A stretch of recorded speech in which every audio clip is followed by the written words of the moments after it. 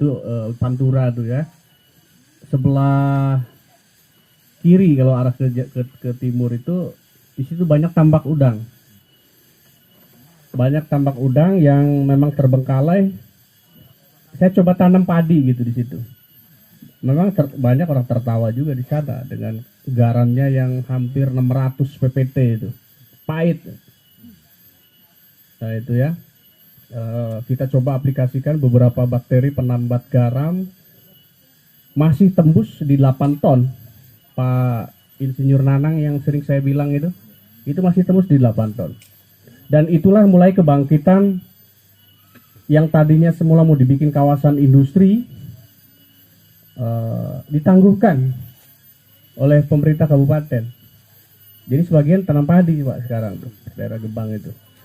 Karena Cirebon punya sekitar 200 hektar lahan pertanian di pinggir laut di daerah Cirebon Utara, daerah Kapetakan, segala macam.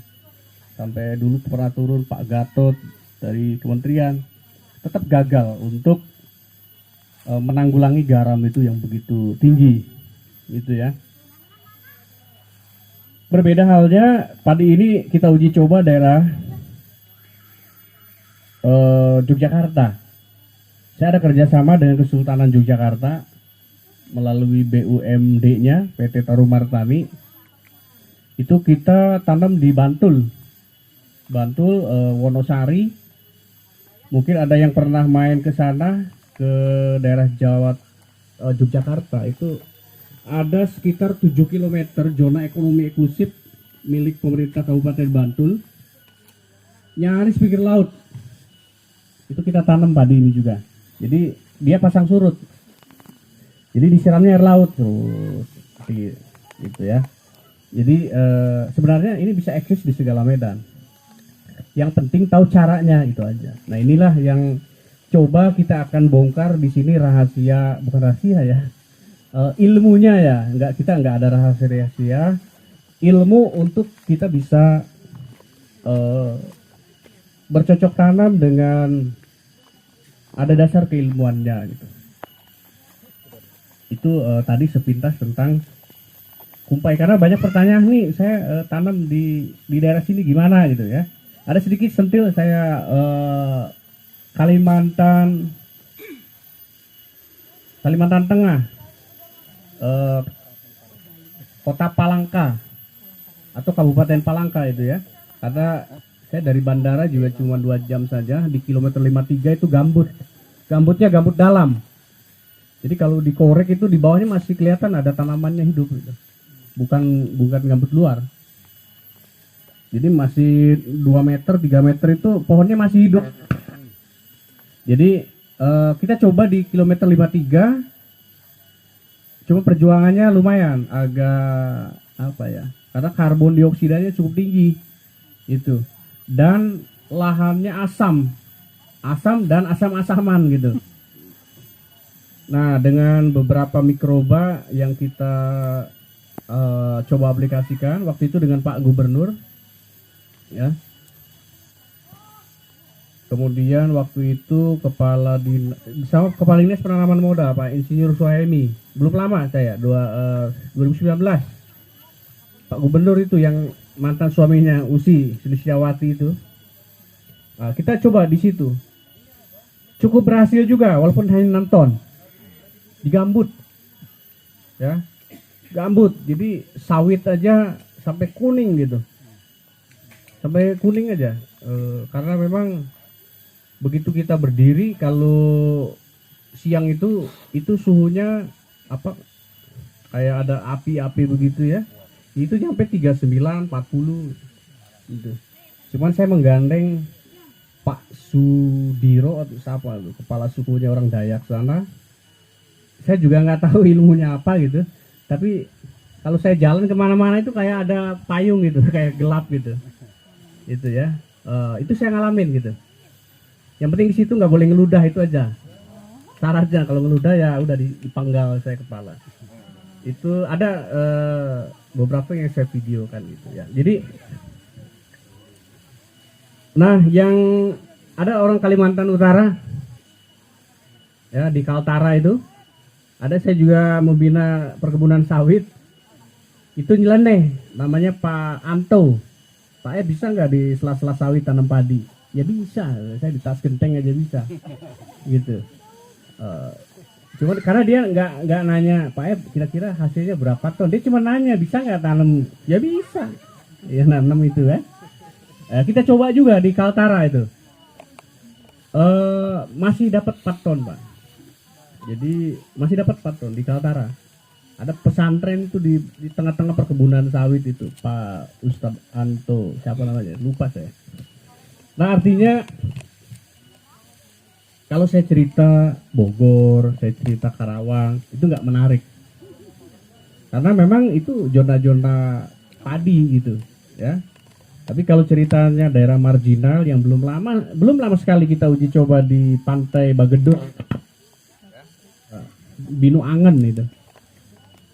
Binu Angen, Bagedor, ada saya punya pantai namanya Pantai Cemara. Memang sengaja saya tanam cemara untuk memecah angin. Nah bawahnya saya tanam padi. Ada padi, ada semangka, kemudian kangkung gitu. Jadi kalau lagi badai dari Australia itu, yang lain pada gosong daunnya, kita enggak. Karena ada cemara di situ. Jadi ada pelindungnya. Jadi tanaman-tanaman di bawah itu bisa. Jadi artinya ada sebuah teori bahwa ketika semua faktor di dunia ini itu bisa dimanipulasi kecuali alam.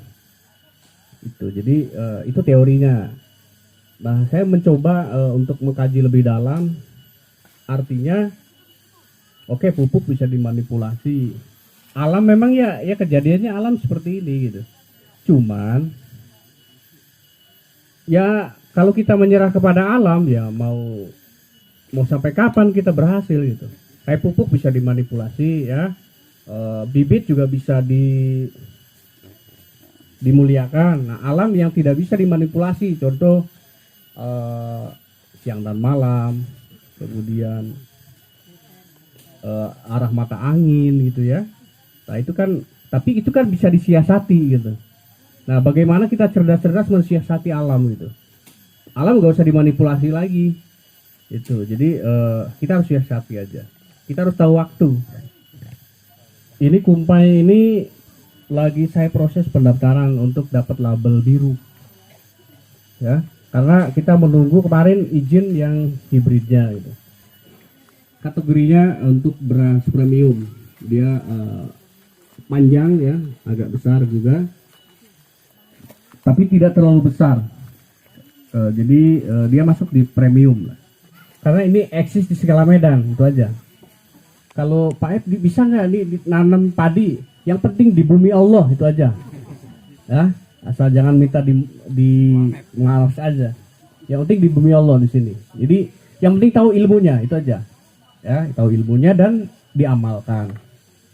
Jadi dalam tata kelola budidaya tanaman padi atau tanaman pangan dan hortikultura ya, baik itu sayuran, umbi-umbian, itu tidak lepas dari satu proses persiapan lahan, kemudian persiapan bibitnya, dan semuanya harus siap.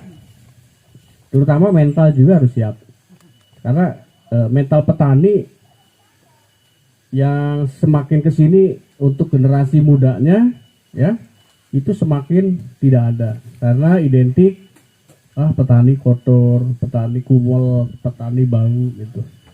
Sebenarnya masalahnya bukan di situ, bukan masalah kumelnya, bukan kotornya, bukan baunya, nggak ada duitnya.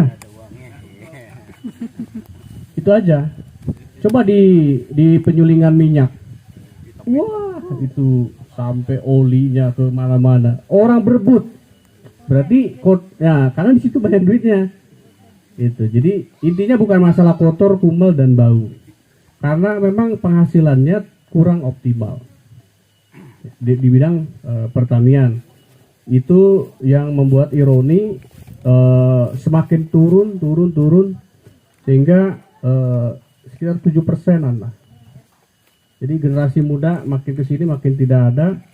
Contoh kasus kecil di desa saya itu petaninya tinggal 4. Asli itu petaninya tinggal 4, sisanya buruh tani. Itu. Jadi petani itu tinggal 4. Lainnya buruh tani. Oke, tadi persiapan lahan sudah siap. Kita harus pandai-pandai juga memilih bibit, ya.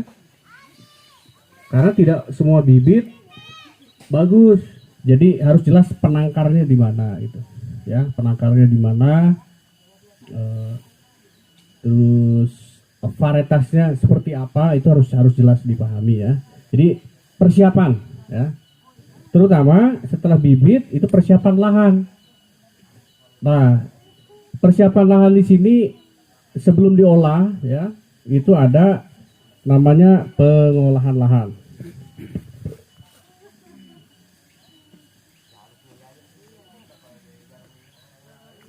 Ya, pengolahan lahan, baik itu lahan baru atau lahan yang sudah ditanam, kemudian kita mau tanam lagi gitu, ya.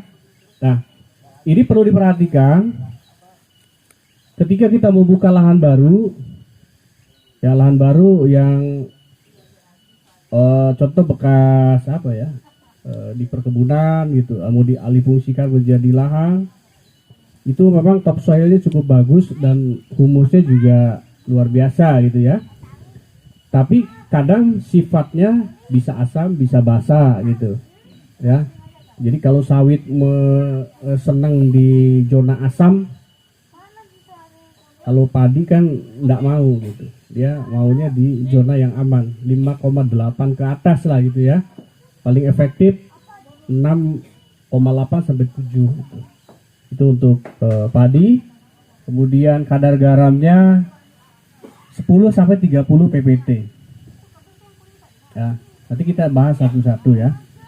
Nah, ini pengolahan itu dengan cara kita harus bijak dalam membersihkan lahan. Baik itu hasil panen kemarin, ibaratnya minggu kemarin atau bulan kemarin. Nah, jangan sampai ada cerita bahwa tanah itu mungkin istilah ada asam-asaman. Nah, asam-asaman itu sisa tanaman, baik padi atau tanaman yang lainnya, yang tidak terfermentasi atau belum terjadi proses komposer. Itu. Jadi kayak jerami dipotong-potong, kemudian sekarang kan maunya instan. 20 hari sebelum panen itu sudah disiapkan persemaiannya. Ya. Begitu panen besoknya itu langsung diolah lagi. Diolah sehingga sisa-sisa jerami masuk ke dalam tanah, itu terjadi komposer yang memang pengkomposan yang tidak sempurna. Sehingga begitu ditanam padi merah aja gitu. Itu yang dibilang asam-asaman. Itu, ya. Itu daerah-daerah tertentu yang bilang seperti itu. Nah, makanya di sini pada saat pengolahan lahan ini penting sekali. Biasanya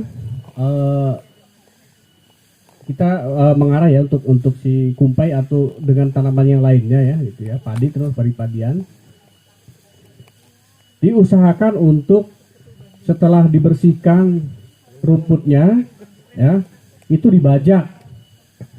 Tapi sekarang kalau saya perhatikan yang punya traktor itu maunya borongan. Nah, jadi bajak, sorenya udah rata tuh, gitu.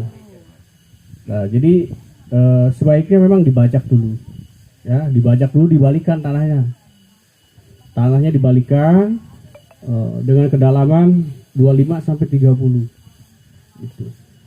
Kalau pakai dulu kebo itu agak dalam tuh, sampai kadang 35. Kalau sekarang kan mestinya pakai traktor itu harus lebih dalam mestinya gitu, karena tenaganya lebih kuat gitu, tapi malah dia agak dibeginikan biar cepat selesai gitu.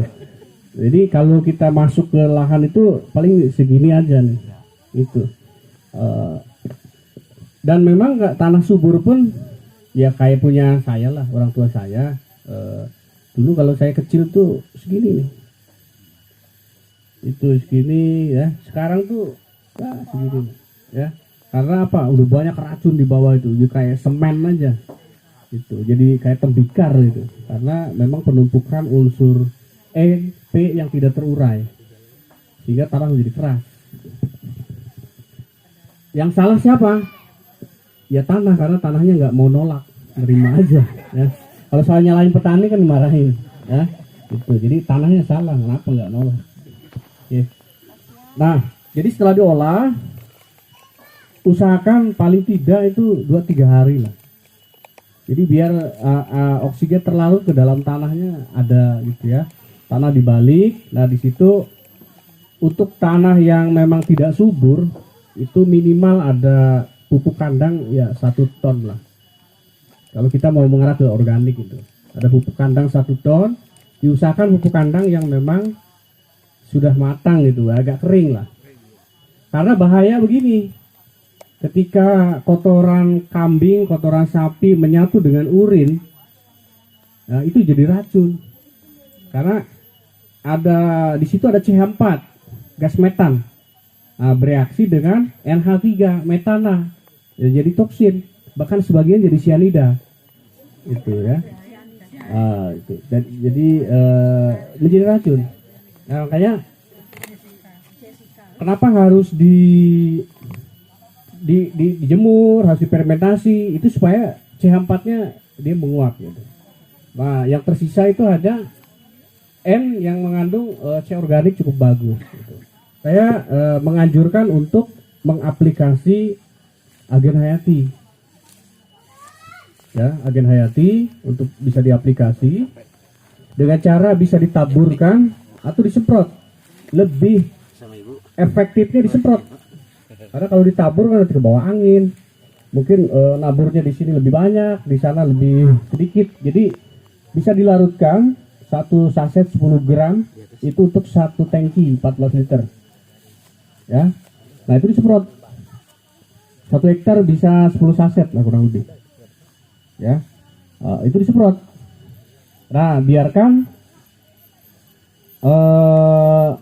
mikroba yang ada di agen hayati itu dia bekerja di dalam tanah. Nah, biasanya di dalam tanah itu kan banyak amuba ya, banyak bakteri patogen, karena sifat dari agen hayati ini kan satu melindungi bakteri baik, menghajar bakteri jahat. Gitu. Makanya sifat disebutnya antagonis. Gitu. Jadi itu sifat dari agen hayati yang sudah saya isolasi itu ada sekitar 5 ya. Agen hayati banyak ya, ribuan jenisnya gitu. Cuman yang kita coba isolasi, kita muliakan itu hanya 5 saja. Ya. Nah, kemudian untuk lebih efektif lagi untuk kesuburan tanahnya, ya, mungkin itu bisa ditambahkan dengan ekofarming umpamanya gitu ya. Nah, jadi itu dalam pengolahan gitu. Nah, ada banyak kasus begini karena tadi kesulitan orang setelah panen kemudian dibajak kemudian langsung digaruk ya, bahasa sana itu apa namanya?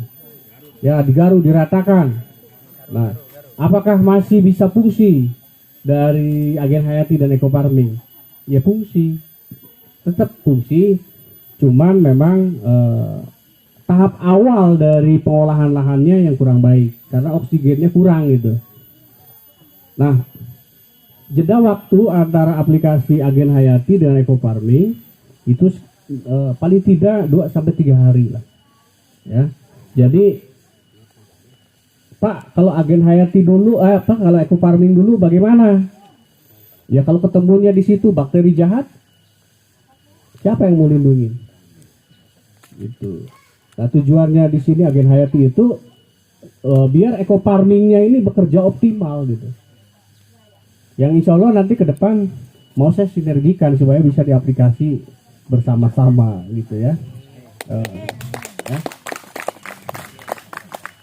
Itu banyak permintaan dari petani, kita bersinergi ya cobalah kita sinergikan biar 2 produk ini bisa bareng gitu ya. Karena kalau jeda-jeda waktu, masa Pak saya mau gendong semprotan terus gitu kan. Nah, insya Allah tidak lama lagi ya, kita launching gitu ya. Agen Hayati ya, kalau eco farming sudah duluan ya, itu. Ini setelah pengolahan lahan ya, di satu sisi ya ini, di sisi lain di sini itu ada persiapan persemaian. Jadi ada persemaian ya, jadi sambil mengolah ini hampir berbarengan dengan persemaian. Nah, bagaimana untuk kita mempersiapkan persemaian dan mempersiapkan bibit? Kunci utama keberhasilan yaitu memang bibit yang tadi di samping unggul juga dia tahan penyakit gitu. Karena di sini intinya lahirnya kita Agen Hayati, lahirnya eco farming, dan ada satu produk kami lagi yang hormon itu, ya, itu untuk apa ya? Untuk meningkatkan produktivitas hasil panen. Karena sifatnya itu organik, ya, tidak pakai kimia. Ya, kita kimianya kimia organik, bukan kimia anorganik atau sintetis gitu ya. Kita semua diambil dari alam. Diambil dari alam yang sudah melalui proses mineralisasi. Ya, artinya kalau kita menambang ya itu chemical. Langsung ya, unsurnya gitu. Ini memang sudah dimineralisasi oleh tanaman, oleh jamur, oleh pokoknya makhluk hidup lain lah, sudah diurai oleh makhluk hidup lain, kemudian kita coba untuk diisolasi. Nah, pembuatan bedengan ya, kalau mau optimal 1 kilogram bibit ini itu ditaburkan untuk lahan 20 meter persegi. Nah, 1 kilo itu untuk 20 meter persegi. Jadi kita bikin bedengan itu 2 kali 10. Nah, itu nanti bisa dibaca di SOP ya. Nah, ini 1 meter. Ini ke sini umpamanya karena 20 terlalu panjang ya 10. Ini 1 meter di 10. Artinya bisa 2 bedengan gitu. Nah, pengolahannya kayak tadi di sini. Ya, bikin bedengannya atau tadi olah tanahnya itu dicangkul, bisa dibajak. Nah, kemudian dikasih Agen Hayati dulu, baru eco farming gitu ya. Nah, berapa konsentrasinya?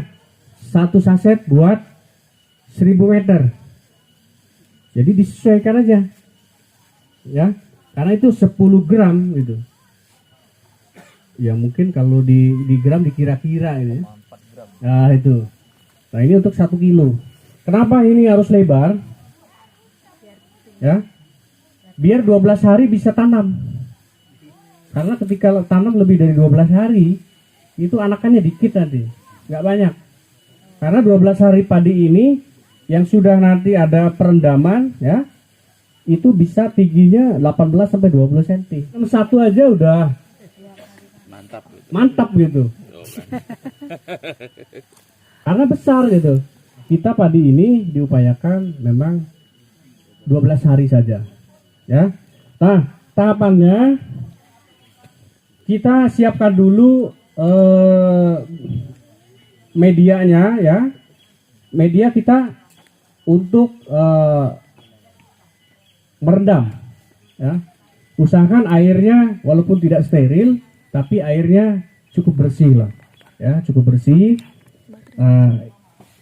supaya optimal kita mengetahui bahwa air ini TDS-nya berapa, kemudian garamnya berapa. Itu bisa menggunakan, kalau tidak ada alat ya, bisa pakai telur ya, tarik telur yang bagus, cemplungin di air. Nah, kalau dia tenggelam itu bisa asam atau bisa basah itu ya. Artinya telurnya bagus gitu. Nah, tenggelam kan.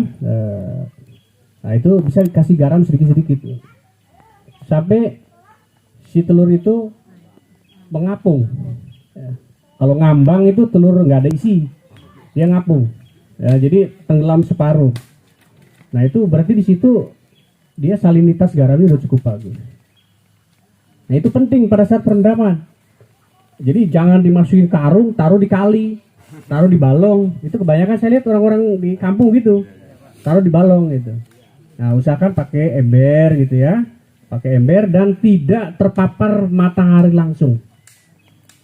Usahakan di ya agak teduh lah gitu ya.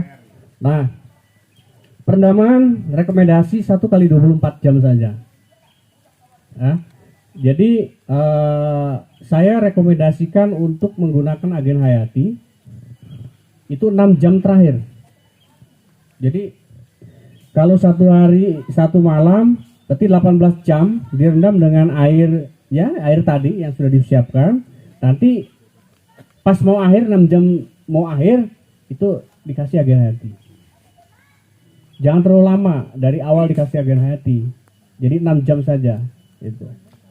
Nah, dengan air yang mana? Yang tadi cukup. Nah, Pak, kalau yang ngambang bagaimana? Apakah tumbuh? Ya, tumbuh, tapi kurang optimal. Karena dia tidak dapat pasokan karbohidrat. Karena yang ada cuma matanya.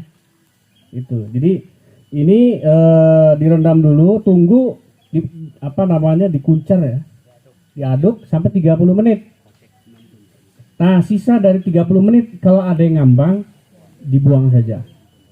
Ya, dibuang saja. Nah, baru itu terus direndam sehari semalam dan terakhir 6 jam sebelum selesai itu menggunakan agen hayati. Nanti ada di SOP ya, aplikasi berapa gramnya.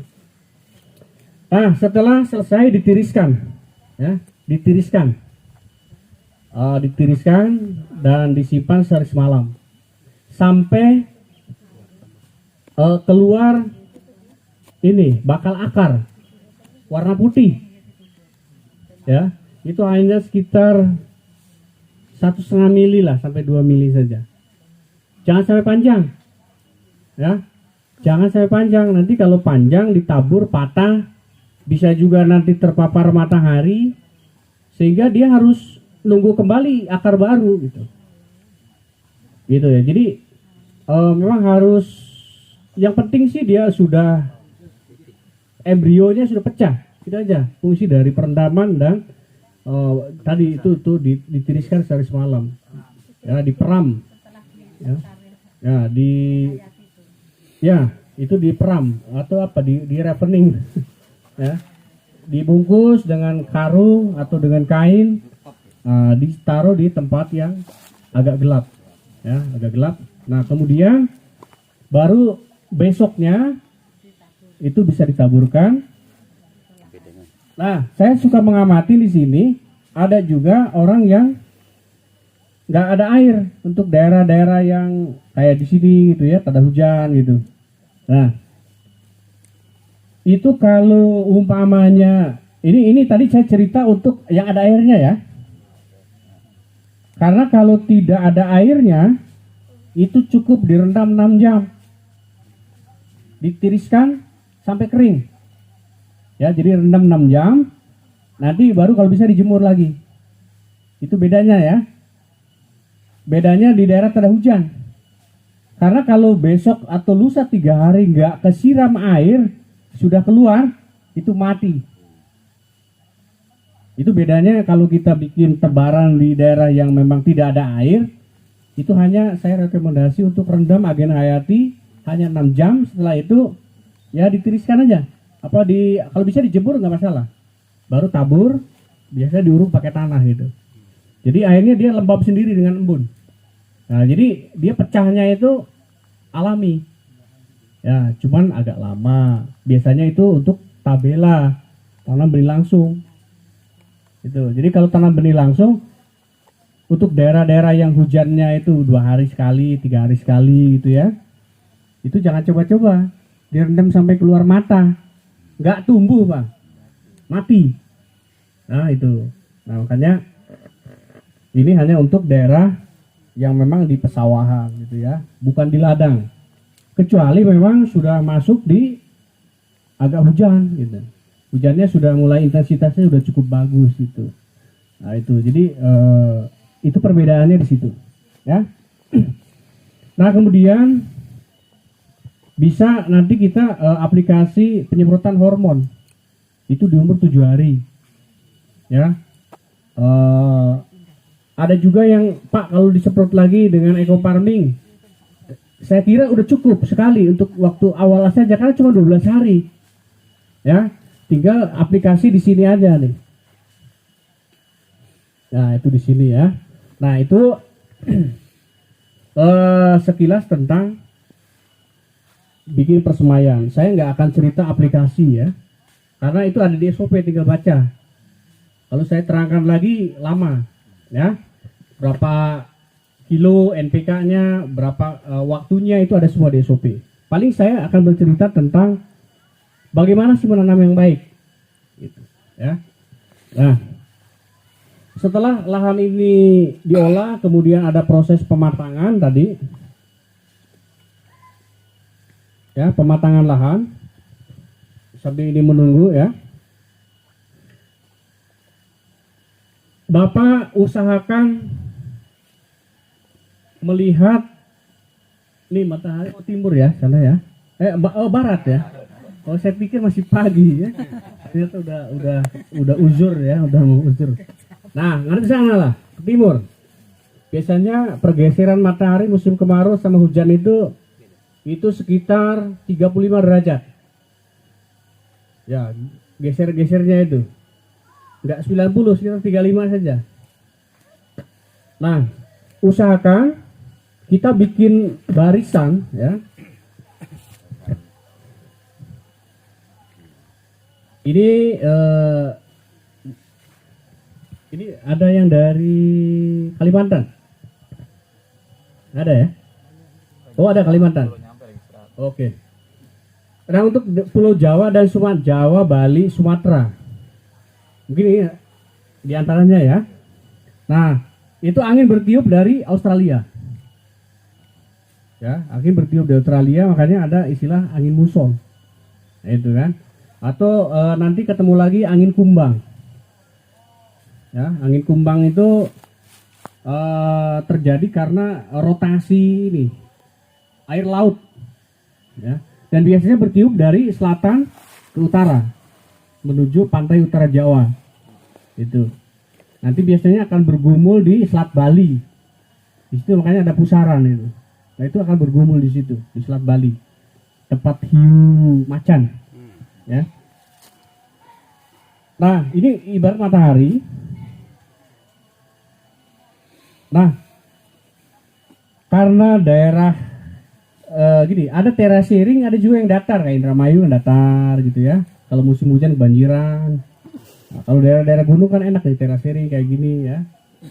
Nah, baik datar ataupun terasering, saya rekomendasikan untuk bikin lajur atau baris dan kolom itu mengikuti datangnya matahari.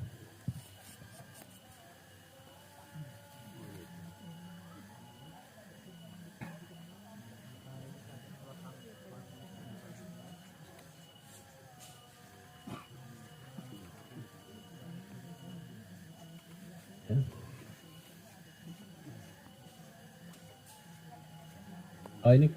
Nah, saya menggunakan 45 41 ya, papat kalimat tunggal ya, papat kalimat pancer.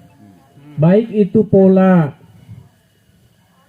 pembuatan lajur dan kolomnya atau baris dan kolomnya atau nanti titik penanamannya ya. Oke. Ini matahari dari sana.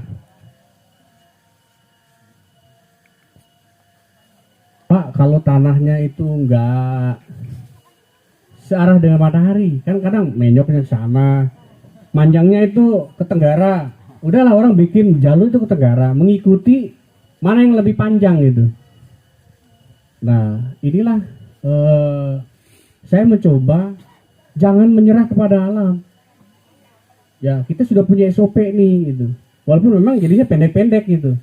Tapi kalau dipandang dari jauh, ya biar pendek sama kesananya, hanya kehalang-galang saja gitu. Jadi jangan sampai ini manjang, ini contoh aja, petakannya gini ya, ada juga gini tuh, mungkin pendek ya. Tuh. orang akan memilih begini panjangnya. Ini ke sini.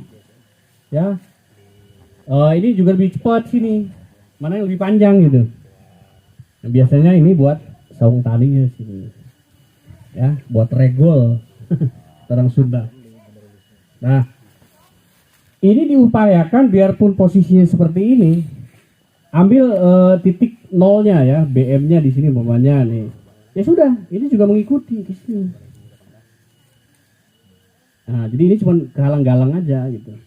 Tetap kalau dipandang dari jarak jauh, oh asik juga. Itu. Cuman ini posisi lebih pendek gitu. Biasanya daerah-daerah yang terasering, yang galangannya itu makin ke atas, makin tidak ada. Nah, ini ya. Berapa jaraknya? Ya. Minimal 30 cm. Minimal 30. Kalau bisa 40. Semakin lebar, anakan semakin banyak. Nah, jadi semakin lebar itu semakin baik. Ya, penyinaran juga semakin sempurna. Nah, kenapa ini ada legowo ini? Nah, legowo ini difungsikan untuk kita jalan nyemprot ya. Nah, jadi setelah dibikin ini apa namanya caplak ya atau apa ya? Ya, ukuran 40 kali 40 diusahakan tempat untuk kita menanam itu tidak terinjak, tidak diinjak. Ada juga kan orang yang nanamnya ada yang maju gitu kan, ada juga yang mundur. Itu bekasnya itu orang sibuk bekas kaki di sini. Jadi akhirnya kadang-kadang ada yang roboh, terus tempat bersembunyinya yuyu dan lain-lain. Ya. Nah, gimana caranya? Tandurnya miring. Kalau di tempat saya udah coba ajarkan beberapa kali walaupun ada yang protes, saya bilang jangan terlalu banyak protes, hidup ini berproses. Lakukan saja. Ya. 20 meter orang dua, 12 menit. Nah, jadi satu orang dari sini, ya, satu orang ini sini, belajarlah sama kepiting lah.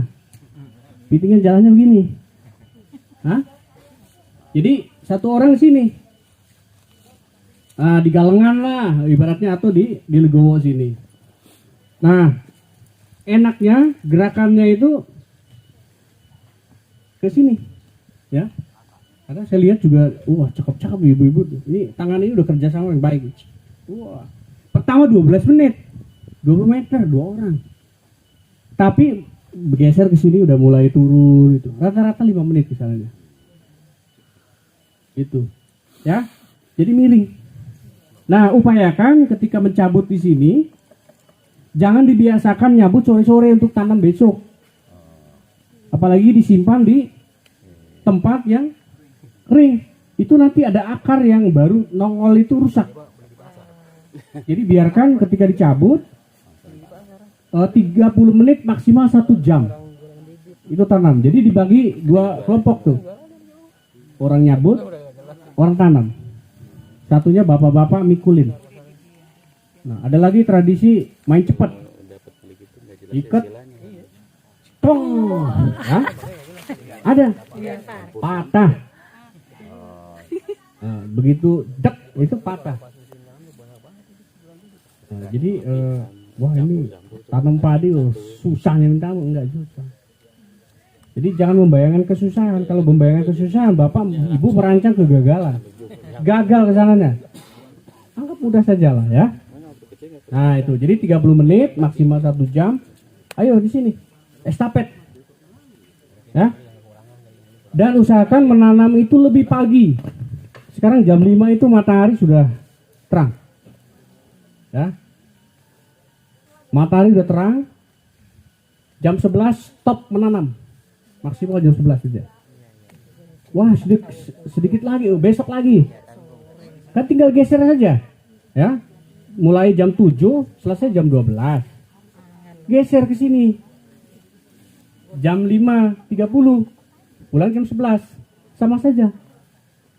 Sebeduk orang sana ya. Lalu ada beduk ya, satu dohor ya.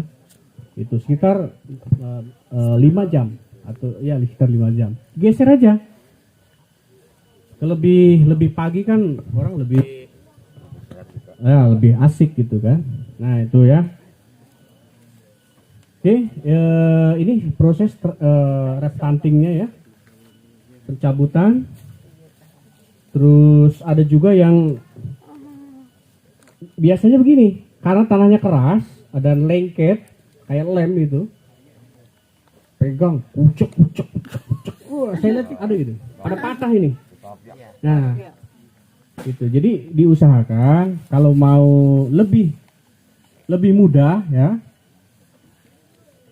Mau ini sekitar 10 hari atau 9 hari lah.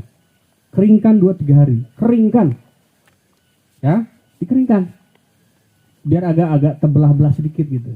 Nah, baru besoknya Bapak mau nyabut, semalaman rendam. Jadi besok kalau nyabut enak. Kalau direndam terus kotor, nanti lengket. Jadi makanya harus pasang surut tuh. Jadi nanti menjelang 9 hari lah ya. Bapak keringkan 2 hari itu. Besoknya mau nandur, isi air sampai penuh. Bila plus setengah. Nah, pagi-pagi agak disurutkan, dicabut itu sudah ndak lengket lagi. Gitu. Jadi ya kalau masih bisa digoyang sedikit ndak apa-apa. Kadang-kadang kan wah, itu apalagi airnya kurang kan. Nah, itu bisa merusak ya. Ya kalau percis SOP ya nggak ada lah ya. Ya minimalnya ya tahulah dasarnya. Nah, ini sudah ya. Nah, bagaimana? Berapa banyak bibit yang ditanam? Jangan 23, banyak kan? Nanti ditafsirkan 23. Ya.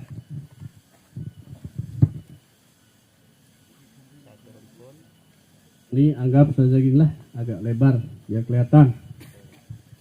Nah, di kami ya yang sudah kita uji cobakan walaupun tingkat kesuksesan orang yang menanam itu sangat minim karena perlu ketelitian. Ini rahasia tembus 21 ton. Ya, kalau 17 ya udah biasa, 12 itu rata-rata. Nah, ini pernah ada itu hasil riset kami dan sudah kita bikin jurnalnya. Cuman nggak berani publish. Nanti kita diserang petani. Ah, nah ini biasa ya. Kita ada biasa dan tidak biasa. Ya, tidak biasa itu bisa istimewa, bisa luar biasa. Ya, jadi ini tidak biasa. Ini biasa, hasilnya biasa-biasa saja. Itu ya, kalau biasa lain nanti hasil biasa-biasa saja. Nah, ketika SRI diperkenalkan, orang menanam 1 atau 2 tanaman gitu ya, itu juga mulai diprotes. Biasanya untuk waktu itu yang sistem SRI, baik itu yang Jarwo, Jajar Legowo atau yang 41 ya, ini nanamnya 1-2 pohon lah, maksimal 3 lah gitu ya.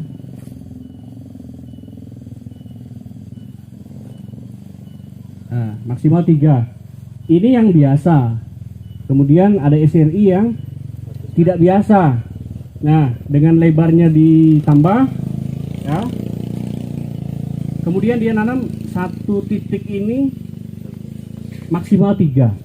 Kalau untuk bisa tidak biasa dan hasilnya super ya, super kata Pak ya.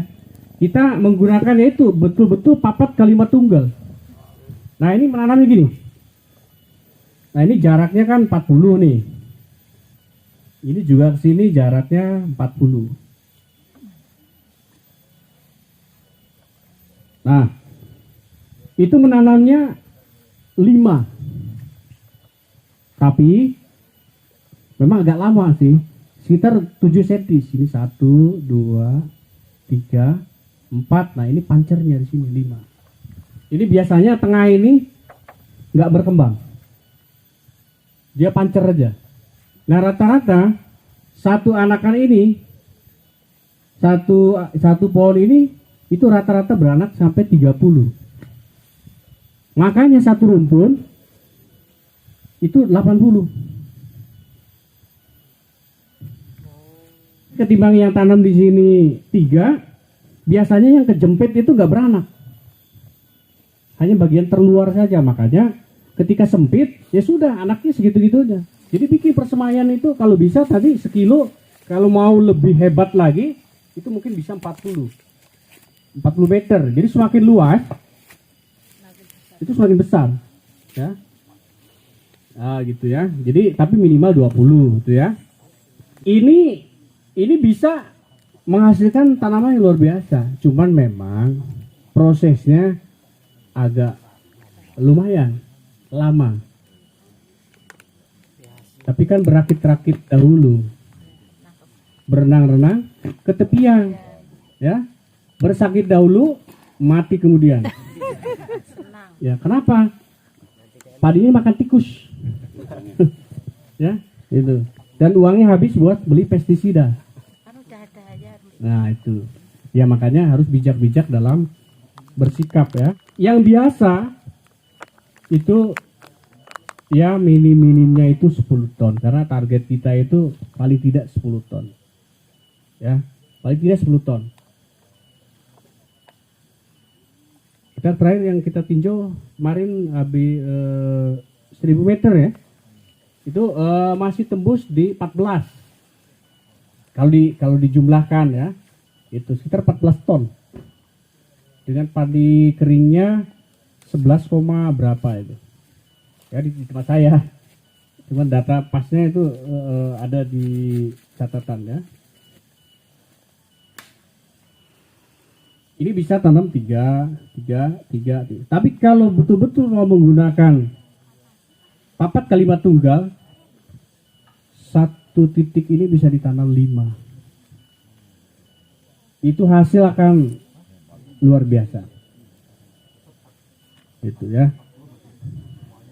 Usahakan menanam itu tidak terlalu dalam. Jadi begitu mau nanam, tanahnya itu harus macak-macak. Macak-macak agak kering sedikit dan tidak terlalu dalam. Saya membagi 4 zona ya, 4 zona kehidupan dari tanaman.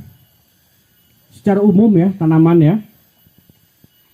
Lebih khusus kita bercerita ke padi. Tapi ini lebih umum ya, teori ini lebih umum. Pada saat pukul 19.30 kurang lebih sampai pukul 4.30 ya. Ini kalau bercerita waktu memang nggak ada yang tepat. Tapi ciri alam ya, dari mulai syafaq itu maghrib menjelang isya itu syafaqnya, sampai fajar sidik, fajar yang kedua. Bukan fajar yang pertama, ya. Fajar yang kedua, ini tanaman tidur. Makanya ada siklus pergantian antara oksigen dengan karbon. Kalau siang mengambil karbon dioksida, kalau malam menghisap oksigen begitu. Pada saat tanaman menghisap oksigen, metabolisme di dalam tubuhnya itu berhenti dan dia tidur. Semua nutrisi ya dibilang semua itu karena sebagian besar ya, walaupun memang ada yang tertinggal, tapi sebagian besar itu akan turun. Dari buah turun lagi, dari daun turun lagi, terus turun. Semua akan terakumulasi di sini. Kayak padi di akar serabut, biasanya dia nongtot di ujung-ujung akar tuh, di meristem paling bawah itu. Nah kemudian pada saat pukul 4.30 sampai pukul 9 ya,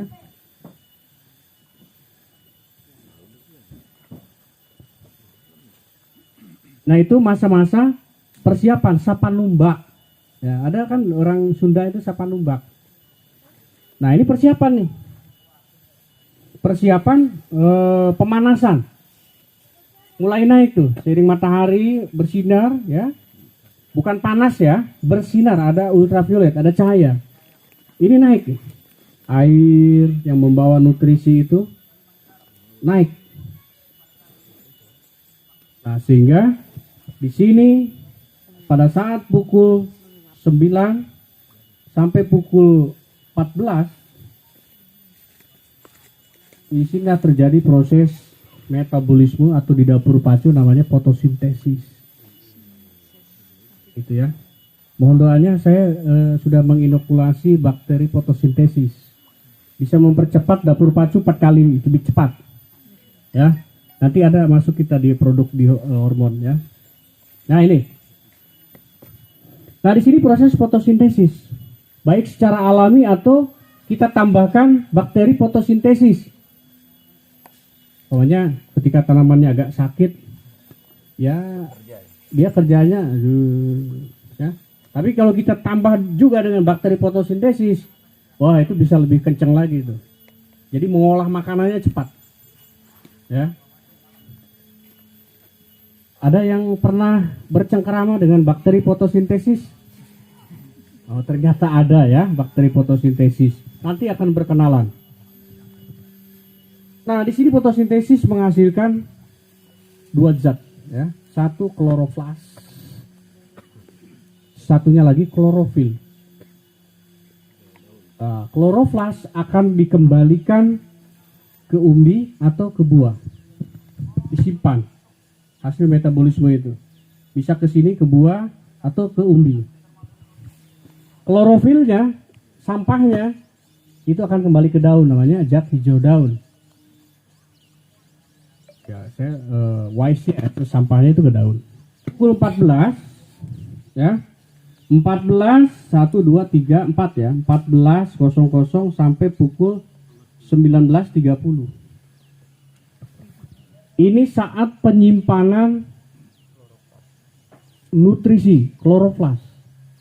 Jadi antibiotik, vitamin, kemudian proteinnya, semua unsur-unsur yang dihasilkan dari proses fotosintesis itu akan disimpan di buah, di umbi gitu kan. Karena kalau tidak ada buah ya di umbi. Kalau tanaman itu tidak berbuah dan tidak berumbi, di mana disimpannya? Makanya di pohon itu ada namanya galih. Makanya kalau nebang pohon itu ada titik mangsanya supaya ketemu galih. Itu. Pohon jati kalau tahu caranya 3 tahun udah bisa panen, itu isinya galih. Tapi kadang-kadang nunggu 10 tahun gitu ya, kelamaan. Itu karena tidak tahu teorinya. Pertanyaannya, rata-rata petani kalau panen jam berapa? Pukul berapa? Pagi. Berarti padi yang dipanen itu sampah. Nggak ada nutrisinya. Nasinya cepet basi. Gabahnya kalau disimpan di lumbung itu 2-3 bulan udah kuning, keluar bubuk. Iya, betul. Ditimbang nggak ada isinya. Karena nutrisi itu punya bobot. Makanya 1 karung kalau panennya sore hari itu bisa 60 kilo, tapi kalau panen pagi hari paling 40 atau 45. Kita sudah kehilangan. Kita sudah menunggu lama 4 bulan. Hanya salah pada saat panen. Masa kalah sama kelelawar? Kelelawar itu kalau nyari buah itu sore-sore tuh, maghrib tuh, begitu gelap, udah langsung tuh cari mangsa dia. Ada mangga tuplak jatuh tuh, tinggal separuh tuh. Itu kadang menggeletak sampai 2-3 hari, nggak busuk. Dimakan sama kita, manis banget. Coba ketimbang beli di pasar yang nggak tahu panennya kapan, taruh geletak, cepat busuk. Kita jangan kehilangan momen di sini. Pulang dari sini ya. Kalau ada tanaman di rumah, apa cabai atau tomat, coba petik pagi, sama petik sore hari, taruh di piring. Itu lihat sendiri hasilnya seperti apa. Dan rasanya juga seperti apa. Ditimbang silahkan. Jadi seperti itu. Ya, ini saat-saat petani diuntungkan dan saat-saat petani akan mengalami kerugian besar di sini. Dipanen. Inilah bapak-bapak, ibu-ibu, sahabat tani sekalian. Mungkin ini pembekalan saya. Yang terpenting tadi, saya kenapa cerita awal, kemudian saya cerita akhir. Ya, kalau tengah-tengahnya silakan nanti bisa dibaca, karena itu ada angkanya. Oh, harinya sekian, aplikasinya ini sekian, gitu. Tapi kalau ini penting sekali di sini. Ya, jangan coba dibiasakan ya, dibiasakan untuk melakukan ini. Jadi sore-sore ke sawah ya, ini akan lebih mudah lagi. Sawah, kita tebas padi itu, kita kumpulkan. Nah, untuk besok digebot itu lebih mudah gitu. Karena padi ini tidak seperti impari dulu yang pakai sabun, pakai segala macam, karena keras yang minta ampun. Aslinya padi ini keras. Dulu kalau itunya ya, enggak. Karena saya bingung, Pak. Kok padi itu sering dimakanin burung? Akhirnya daun tadinya mengok saya tegakkan bendera. Nah, Pak, nyari awak saya, kebot padi ini keras karena burung nempel juga susah untuk matoknya.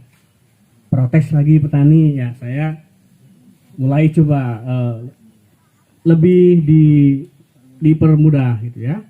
Cuman hati-hati dalam memantau padi ini pada saat mau panen. 45 hari, 60 hari itu sudah mulai diperhatikan. Karena daunnya nggak mau kuning. Jadi kalau kita telat nunggu daunnya kuning, padinya nggak ada, di bawah semua.